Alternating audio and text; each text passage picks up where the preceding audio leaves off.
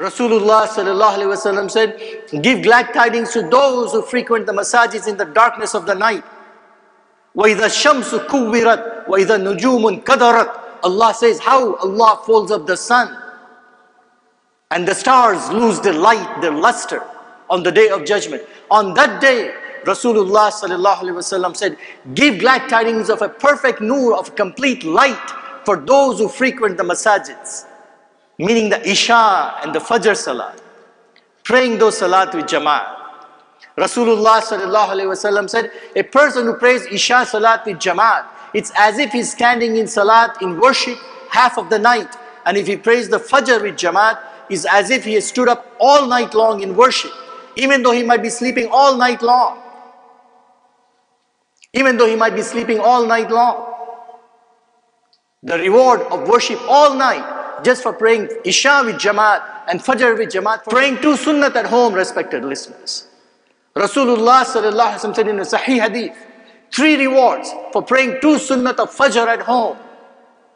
All in this world. Number 1, Allah subhanahu wa ta'ala makes his rizq, his job, his sustenance, anything connected to his rizq, Allah makes it easy for him. Number 2, Rasulullah sallallahu alaihi wasallam said, Allah subhanahu wa ta'ala minimizes or eliminates all domestic issues he has in the house, in regards to his wife or kids or whoever, whatever.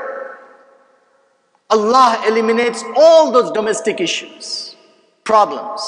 Number 3, the best of all, Allah subhanahu wa ta'ala will give him husnul khatima, iman bil khair. Allah will make him die in the state of iman.